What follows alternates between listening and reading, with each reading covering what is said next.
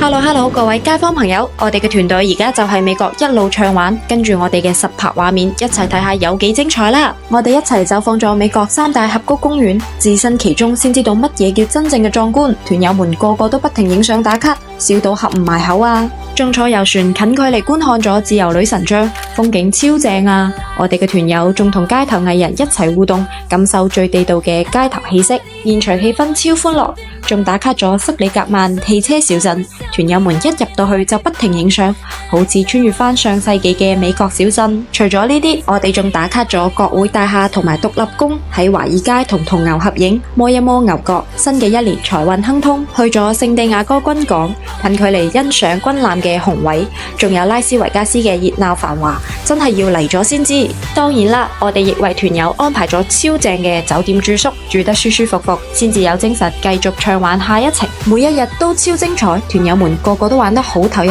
好開心啊！睇完係咪好心動呢？話俾大家知啦，我哋世界通9月、10月仲有2個美國團，行程超精彩，各位街坊千祈唔好錯過啊！期待同大家一齊出發，快啲留言報名啦！嚟玩世界通，耶！